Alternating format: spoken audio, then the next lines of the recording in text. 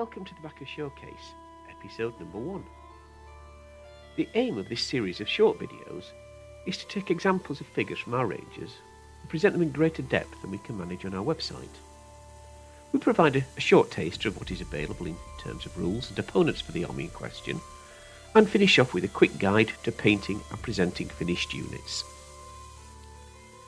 We do have a planned schedule subject for future episodes, but if you would like us to look at a favourite of yours, please let us know either in the comments section or by email or via Facebook.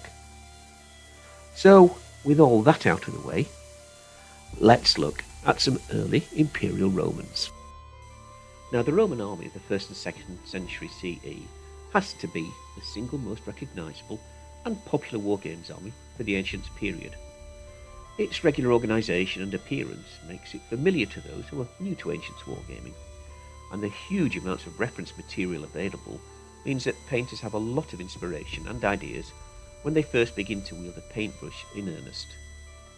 Also, for many of us of that Airfix generation, it probably was our very first ever army. The Baccus Early Imperial Roman range is amongst the oldest in our current catalogue, but really is none the worse for that. All the figures have that hallmark sculpting style of fine incised and raised detailing that makes for great results from very simple painting techniques.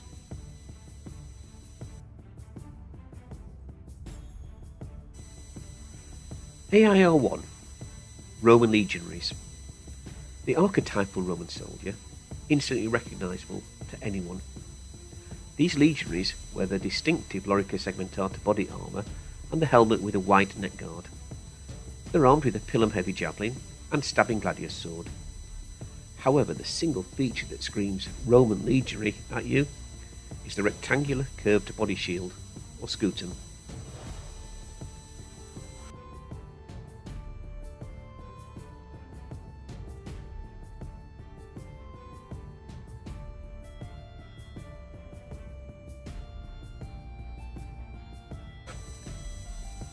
AIR 2. Auxilia Infantry.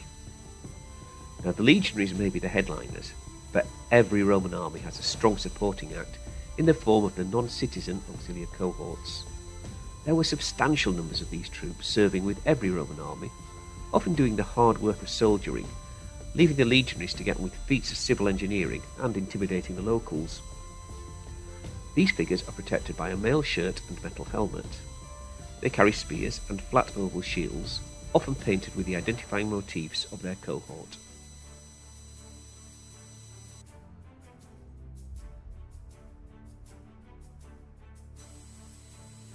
AIR 3.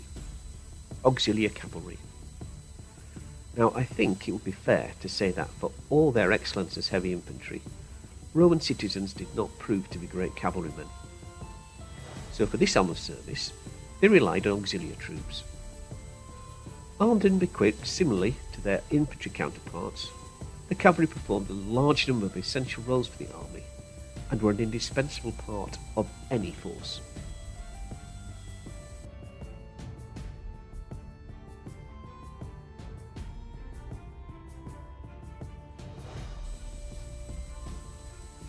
AIR 4. Auxilia Archers. Now, any given Roman army consisted of contingents drawn from all parts of the empire and beyond. These figures are based upon depictions of Eastern archers seen on Trajan's column. They wear ankle-length tunics, mail shirts and conical helmets, making for a very distinct appearance, contrasting with their Western counterparts.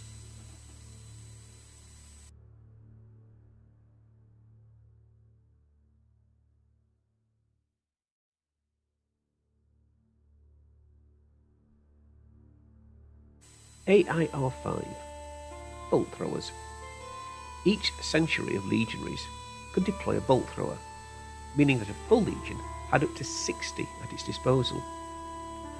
Powered by twisted hair or sinew, these torsion engines could hold bolts up to a distance of 500 metres with remarkable accuracy and power. This model comes with 2 crew, one to aim and operate the machine, and one to load it with fresh bolts.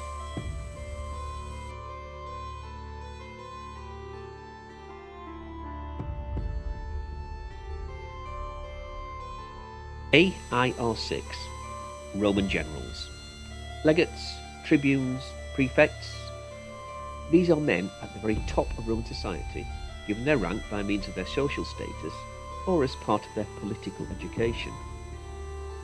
A few rose to the challenge and became excellent military commanders. Those less gifted were able to rely on the experienced centurions who formed the professional command structure of the army at all levels.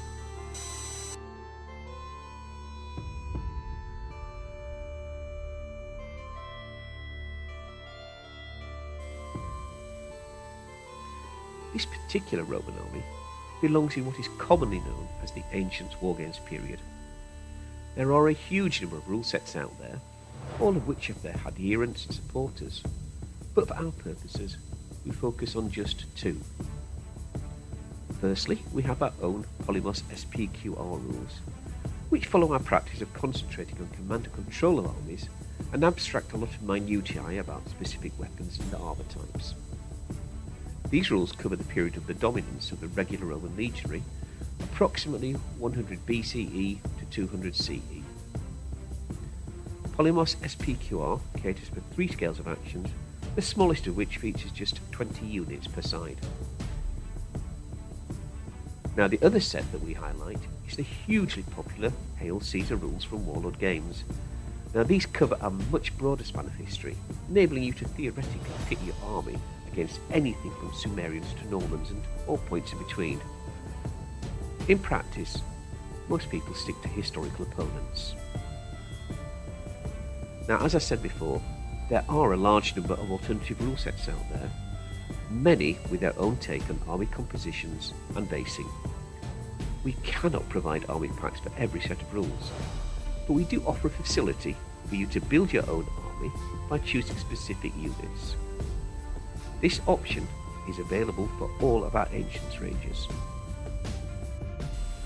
We know that for many newcomers, the prospect of painting 6mm figures can seem really daunting.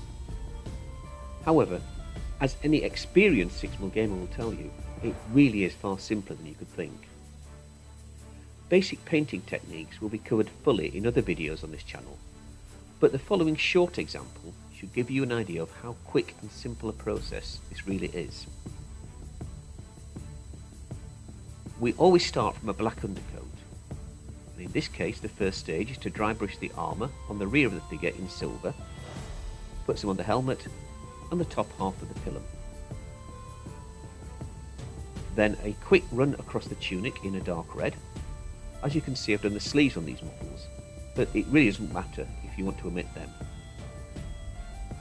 And next comes a dark brown for the shoulder strap, carrying the gladius, the sheath itself, and the bottom half of the pilum shaft.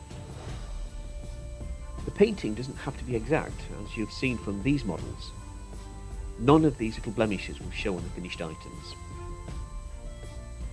Now the figure really starts to come to life when you add flesh on the legs, arms, and the face. The scutum gets a lick of green paint. And finally, the scutum boss is finished off in bronze. The figures are now ready for basing.